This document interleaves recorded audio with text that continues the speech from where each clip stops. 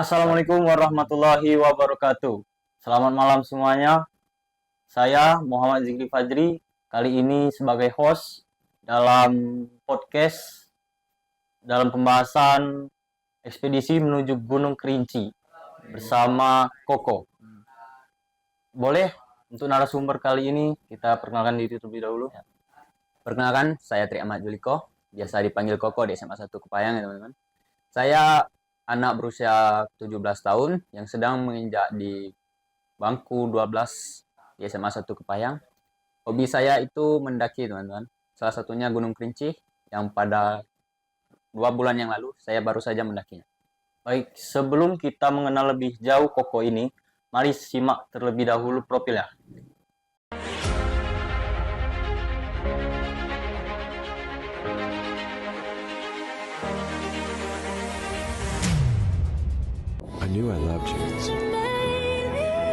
Perjalanan pendakian ekspedisi menuju Gunung Kerinci.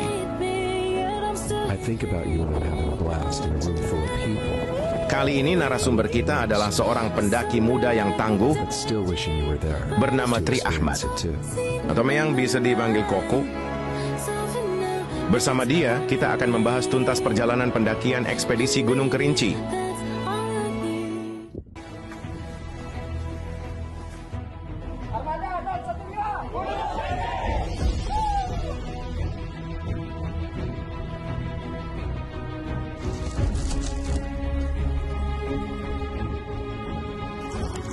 Gunung Kerinci adalah gunung tertinggi di Pulau Sumatera dan gunung berapi tertinggi di Indonesia juga Asia Tenggara.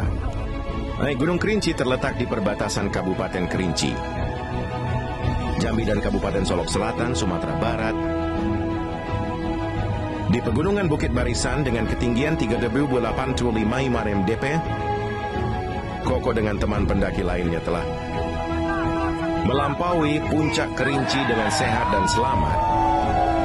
Tentu saja banyak rintangan dan hambatan yang terjadi selama berlangsungnya ekspedisi. Mari simak video ini lebih lanjut. Nah, itu tadi profil dari Koko ya teman-teman. Baik, untuk lebih lanjutnya kita akan menanyakan kepada Koko. Jadi kok apa persiapan awalnya Koko dalam ekspedisi menuju Gunung Kerinci ini? Sebelum saya memulai pendakian saya kepada Gunung Kerinci itu, yang pertama itu fisik harus disiapkan terlebih dahulu ya. Karena resiko untuk mendaki gunung itu bukanlah hal yang sepele, dianggap kecil. Yang pertama itu fisik. Yang kedua itu tentu alat dan kesiapan kita dalam bertahan hidup di atas nanti. Seperti tenda, nesting, alat makan, dan lain-lain. Mungkin terlebih lagi finansial ya, keuangan. Betul. Keuangan itu butuh sekali dalam untuk mendaki itu teman. Karena tahu sendiri kan, harga itu mahal-mahal seperti menyewa alat, dan makanan, logistik, dan lainnya. Mungkin itu saja sih. Nah, berkaitan dengan budget ya dibilang budget untuk ke Kerinci. Kita dari Bengkulu ke Kerinci itu butuh berapa sih uang yang harus dikeluarkan itu? Kira-kira sih jika menggunakan transportasi pribadi ya, itu sekitaran 1.500.000 mungkin sudah cukup. Tapi ketika kita menggunakan transportasi umum, itu mungkin sekitaran 25 lah. 25. Agar aman. Kan lebih baik berlebih daripada kekurangan nanti. Betul sekali. Nah, jadi itu tadi untuk budgetnya ya teman-teman sekalian. Apa saja sih yang harus dipersiapkan? Mungkin dari alat dan bahan mungkin ya. Apa saja yang dipersiapkan untuk Koko? Untuk alat itu tentunya kita wajib untuk keril. Tas khusus untuk mendaki ya teman. Itu keril. Yang kedua itu tenda mestinya. Tenda, trekking pole itu opsi ya teman-teman. Opsi. Ya, trekking pole itu opsi. Dan juga untuk alat makanan, memasak seperti panci, kompor kan kita nggak mungkin bawa gas LPG 3 kilo ke atas kan sekali. Nggak mungkin kan? Tidak mungkin. Jadi kita beli kompor di Indomaret itu yang berapa itu? Pokoknya harganya cuma 30.000 itu. Itu yang pertama. Lagi kompor khusus untuk mendaki itu ada namanya. Jadi dia itu seperti ini nanti. Bentuknya kotak, lalu seperti ada mekar bawahannya untuk menghindari angin. Betul. Lalu itu untuk yang alat, dan untuk alat pribadi itu mungkin seperti sepatu, mungkin jaket khusus untuk mantel seperti mantel itu, penghalang angin, dan juga celana panjang tentunya. Celana jogger kita disebut. Itu saja sih. Itu saja.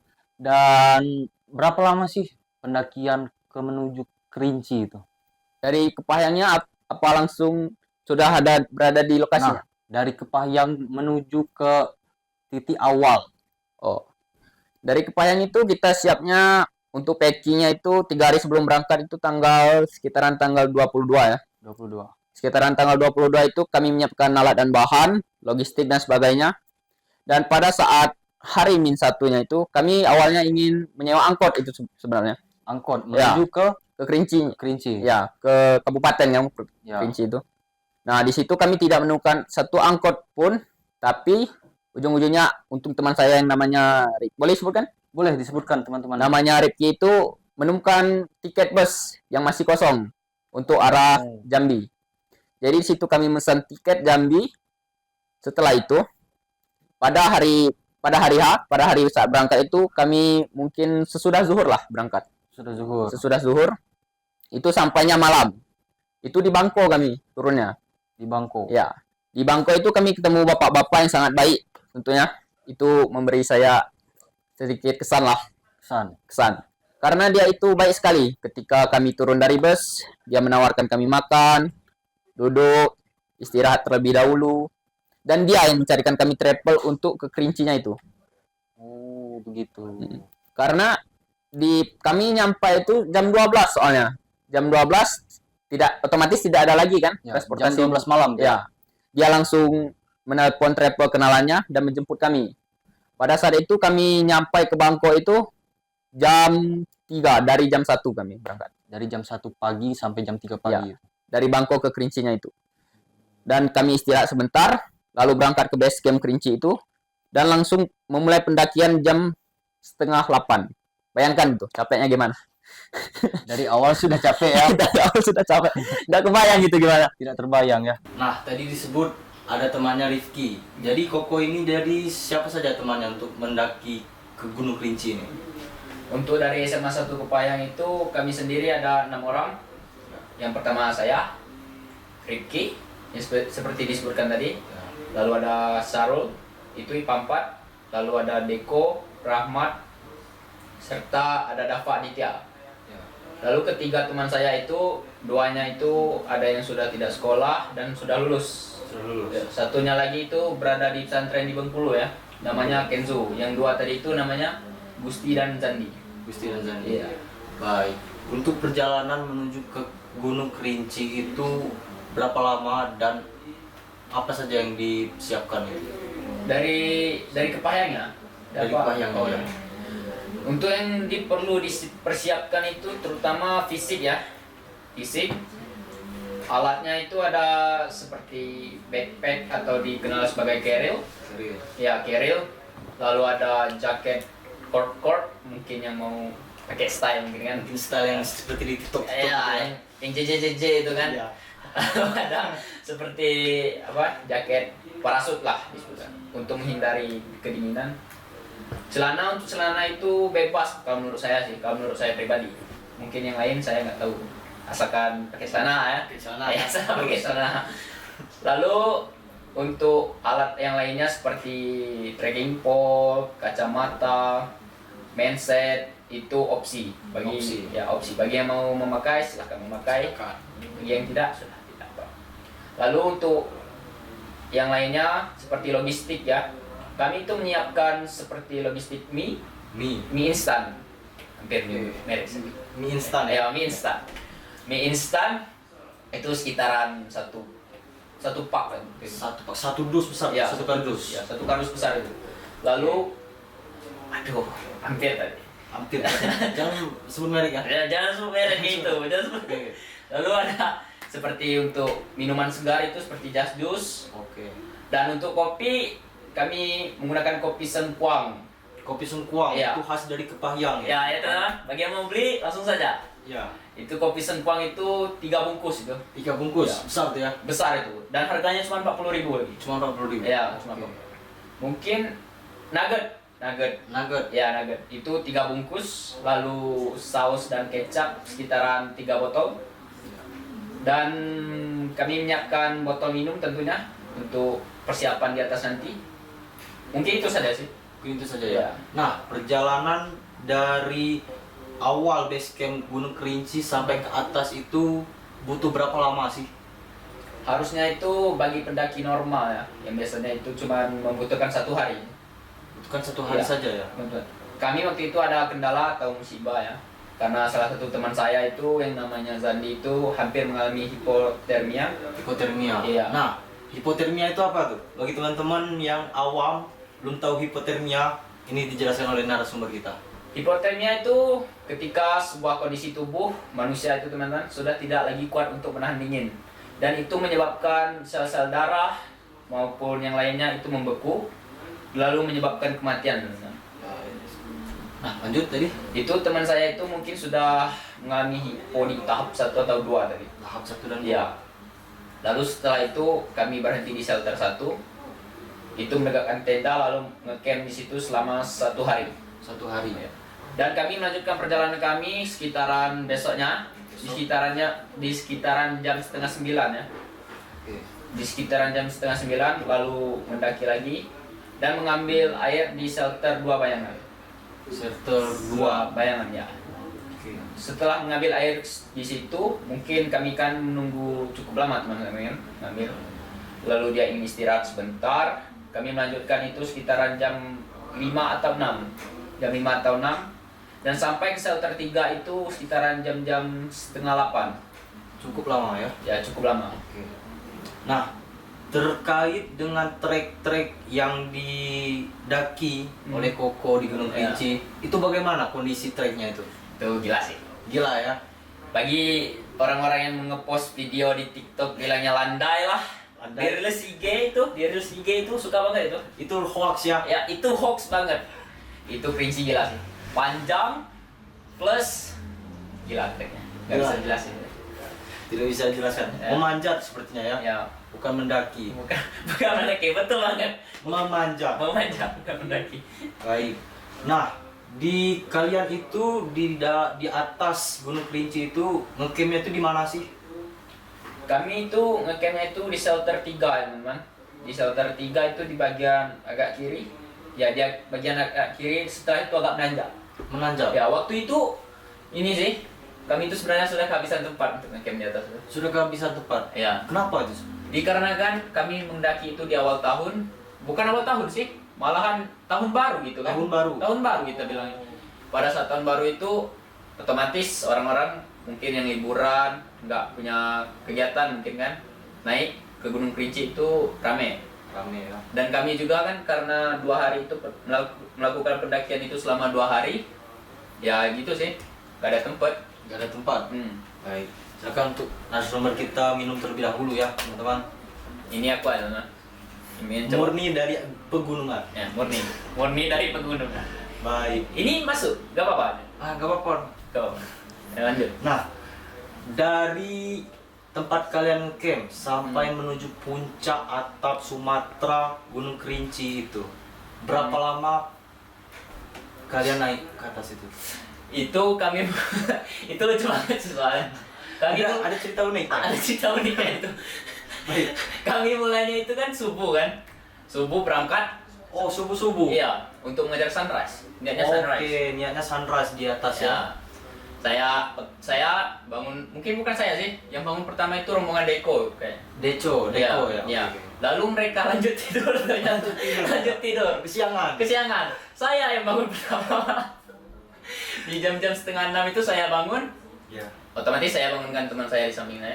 Saya bilang, ayo kita summit. Kan namanya untuk mendaki ke puncak itu namanya summit.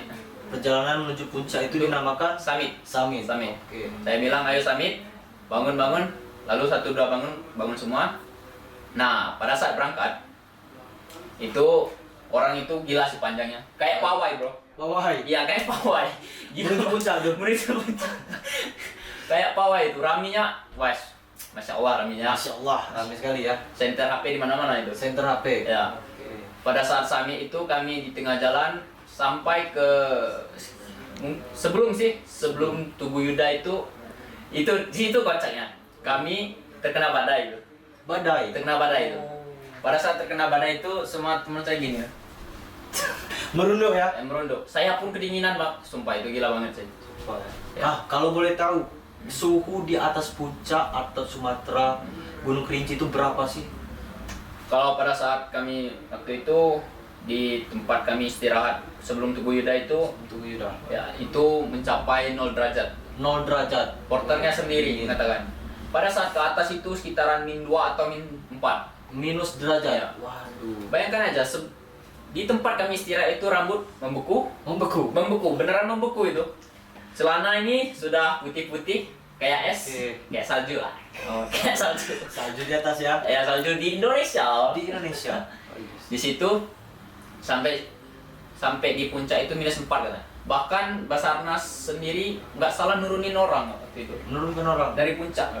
Oh, itu apa penyebabnya diturunkan itu? Kalau boleh tahu. Untuk menghindari hipotermia tadi. Hipotermia Ya, tadi. ya. Dan satu lagi itu ada satu orang kalau nggak salah itu terjatuh lalu dibawa turun kembali. Oh, ya. Iya. Jatuh dia.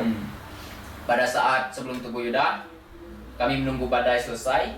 Pada badai selesai itu kami otomatis kembali berangkat. Dan sampai di Tugu Yuda itu kocak banget sih. Kabutnya itu datang lalu pergi, datang dan pergi gitu. Baik. Nah, tadi disebutkan terus-menerus itu Tugu Yuda ya. Ya. Tugu Yuda itu kalau boleh tahu apa sih yang ada di atas puncak itu? Tugu Yuda itu kalau kata orang-orang sih itu ada kisah dulu ya. Ada kisah Seorang pendaki asal Jakarta itu masih duduk di sekolah SMA. Oh, Dia itu lagi muncak kalau nggak salah dan terdengar kabar dari bawah di tempat ngecamp itu ada temannya kena hipotermia. Ya. Dia sendirian turun ke bawah dari puncak itu, lalu siapa yang tahu wafat dia. Oh, seperti itu. Jadi dinamakan Tugu Yuda. Action. Nah, seperti kita ketahui tadi suhunya sampai mencapai minus derajat ya. Ya. Itu butuh berapa lapis baju sih untuk Koko dan teman-teman melindungi kedinginan itu? Kalau untuk saya sendiri ya, celana itu cuma 2 lapis kalau celana ya. Oke. Tapi kalau untuk baju itu sampai 4 loh. Sampai 4. Ditambah lagi jaket parasut itu. Jaket parasut yang Iya. tebal itu ya. Pakai sarung tangan itu pasti kerasa loh dinginnya. Oh. Temen saya itu Rifki itu 7 lapis malah dia pakai baju. Rifki ya? Iya, 7 7 lapis. lapis ya. Itu dinginnya tuh. Yang nggak tahu yang lain ya. Saya cuma tahu yang Rifki. Baik. Nah, setelah sampai ke puncak, apakah ada kendala untuk menuju ke base campnya kembali? Tempat kalian camp? Untuk kendala sih mungkin satu-satunya itu cuma di energi sih. Energi ya. Karena- sudah teruras. Karena sudah terlalu capek kan. Malahan kami terasa nggak tidur kemarin. Langsung dari payung itu langsung daki. Oke. Nah, untuk perbekalan dan apa tuh namanya tuh? Perbekalan tuh Logistik. logistik ya. Untuk logistik kalian selama di Kerinci itu apakah kekurangan atau kelebihan atau cukup?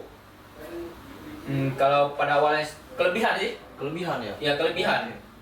Pada saat turun itu masih ada sisa soalnya. Masih ada sisa. Iya.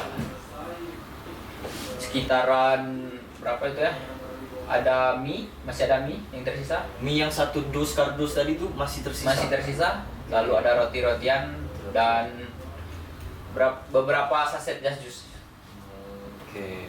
Nah, perjalanan menuju ke puncak sudah kita bahas. Sekarang menuju turun ke awal pintu limbahnya itu. Ya. Itu bagaimana? Berapa lama? Untuk berapa lama itu malah lebih cepat lah. Lebih cepat Ya ya? kalau kita turun itu lebih cepat biasa. Itu sekitaran 7 jam atau 6 jam. 7 jam atau 6 jam. Pada saat turun dari shelter 3 itu ada kendala yang dimana cedera saya kambuh. Oke. Cedera saya kambuh. Di situ saya salut banget sama teman-teman saya. Mereka rela nungguin saya gitu. Demi saya gitu kan, mereka nungguin. Mereka bilang santai aja, tenangin aja dulu. Lalu lanjut sampai ke shelter 1. Di shelter 1 kami istirahat sebentar. Lalu lanjutkan lagi perjalanan dan sampai di base camp itu sekitaran jam 4 atau setengah 5. Jam 4 atau setengah 5. Nah, tadi berkaitan dengan cedera ya. Ya. Kalau boleh tahu narasumber kita ini Koko ini ada cedera apa, Koko? Gini ya teman-teman, saya ini punya cedera yang namanya MCL dan ACL meniscus ya teman-teman. Di mana di bagian lutut ini ada beberapa ligamen, itu ada 3, ACL dan MCL, dan salah satunya robek. Robek. Di situ saya nggak ronsen, yang pastinya itu robek itu. Oke, tapi tidak menghambat untuk menaiki pegunungan Kerinci ya. Iya. Bagus sekali. Salut dengan Koko ini teman-teman. Nah, perjalanan tadi dari bawah sampai ke pintu 5 sudah dibahas. Mungkin dari awal Gunung Kerinci sampai ke Kepahyang. Perjalanan itu bagaimana? Itu sih lancar-lancar aja sih. Lancar ya. Lancar-lancar aja. Kami mendapatkan travel langsung dari Kerinci langsung ke Kepahyang, tembak Kepahyang. Oke. Lalu kami dijemput, bukan Kepahyang sih, maaf teman-teman. Oke. Sampai ke Bengkulu. Di Bengkulu itu kami dijemput oleh kakaknya Rifki. Kakaknya Rifki. Iya. Baik. Jadi yang awalnya naik bus ya, dan pulangnya lewat travel. Oke. Nah, berkaitan dengan Koko ini, hobinya sih mendaki ya. Selain Ya. mendaki apa hobinya Koko?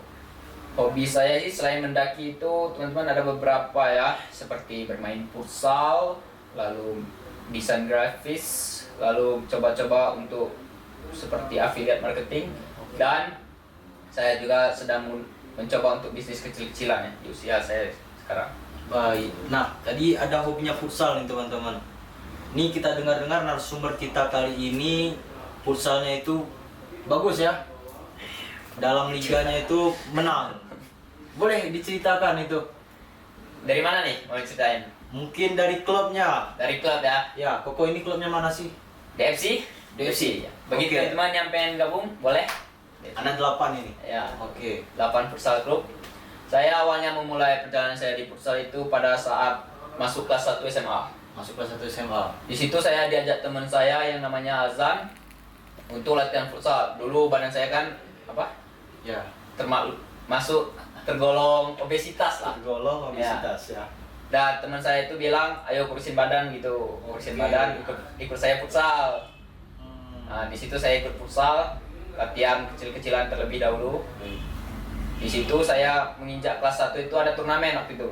Ada turnamen ya? Ya ada turnamen, ya tahu sendiri, namanya juga baru memulai kan, nggak mungkin langsung juara gitu. Di situ saya kalah, lalu saya lanjut latihan lagi. Di situ pada saat kenaikan kelas 2 itu badan saya berubah banget, Berubah? Ya, Yang dulunya obesitas ya, maaf. ya. Sekarang Lumayan lah ya. lumayan mendingan sekarang. Itu mungkin itu sih penyebab saya ACL itu. Oke. Karena berat badan yang tidak bisa lutut ini tidak bisa menahan berat badan saya itu dulu. Itu saya memaksakan ikut futsal. Baik. Seharusnya itu kita harus menurunkan dulu berat badan kita, lalu mungkin memulai latihan intensitas yang tinggi, baru itu mungkin. Nah, setelah saya memasuki kelas 2 itu, saya melakukan latihan seperti biasa ya, Senin, Kamis, Sabtu, Minggu pada jam 4 sore. Di situ saya merasa kurang di situ. Menurut saya apa sih yang bisa bikin kita juara gitu kan? Bisa bikin kita juara. Di situ saya berpikir, dan pada hari-hari tidak latihan saya menambah latihan saya. Di situ saya memulai dengan jogging, interval, dan waktu itu bermain skipping untuk melatih kelincahan. Pada saat kelas 2 itu tetap saja saya tidak meraih apapun, juara tidak, prestasi apapun tidak. Namun pada kelas 3 itu saya mungkin merasa sedikit down gitu ya. Karena sudah 2 tahun menekuni bidang ini tapi tidak mendapatkan apapun.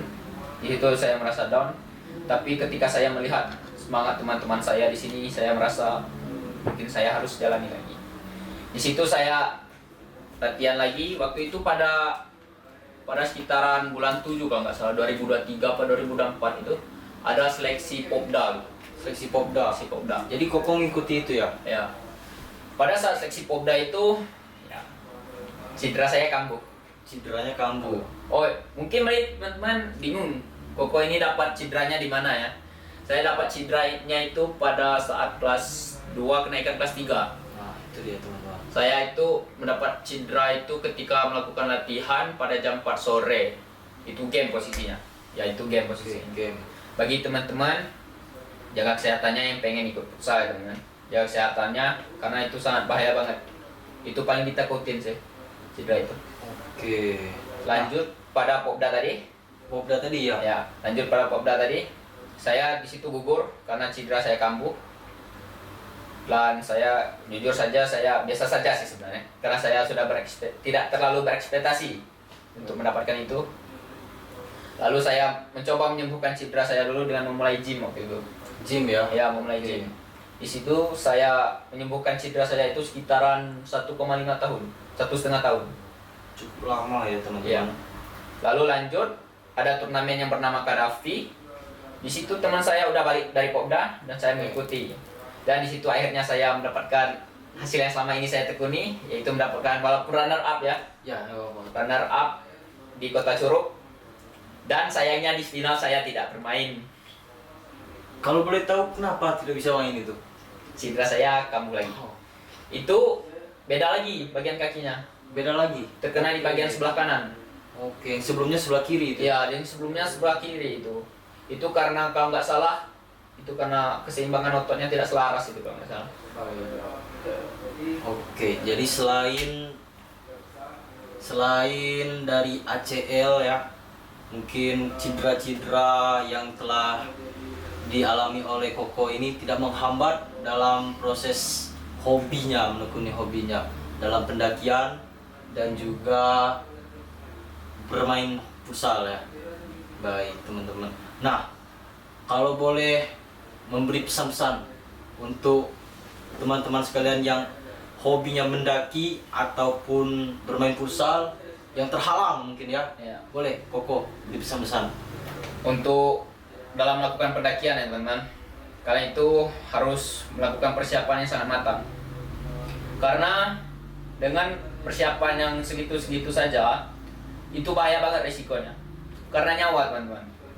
Kalian nggak mungkin kan, yang kayak mitos kucing itu punya 9 nyawa itu nggak mungkin kan? Tidak Nggak mungkin itu ya. Tidak mungkin kan? Kalian itu manusia. Kucing. Ya. Baik. Kalian itu manusia yang diciptakan Tuhan. Jadi menurut saya yang ingin melakukan pendakian, lakukan persiapan sematang mungkin, fisik, mental maupun pikiran. Lalu siapkan alat-alat Anda untuk menghindari hipotermia. Yang ketiga, siapkan logistik Anda supaya tidak kelaparan di atasnya. Dan untuk pesan dalam futsal, menurut saya sih, jika kalian ingin serius dalam futsal, maka lakukan itu. Disiplin, konsisten, lakukan secara berulang. Di situ kalian akan mendapatkan hasilnya dan jaga kondisi kalian. Jika kalian serius dengan itu ya teman-teman. Tapi jika kalian hanya ingin bermain sebagai hobi saja, menurut saya tidak perlu itu. Kalian sewa saja lapangan, kalian bermain bersama teman-teman kalian. Mungkin itu saja sih. Nah, itu tadi pesan-pesan untuk kalian teman-teman sekalian. Semoga bermanfaat. Nah, kesimpulan yang kita dapatkan dari kisah Koko ini tadi adalah ketangguhan, kedisiplinan, dan konsisten yang harus kita tekuni dalam menggapai sebuah tujuan. Saya Muhammad Zikri Fajri dan Saya Tri Ahmad Juliko. see you. Wassalamualaikum warahmatullahi wabarakatuh. Bye-bye.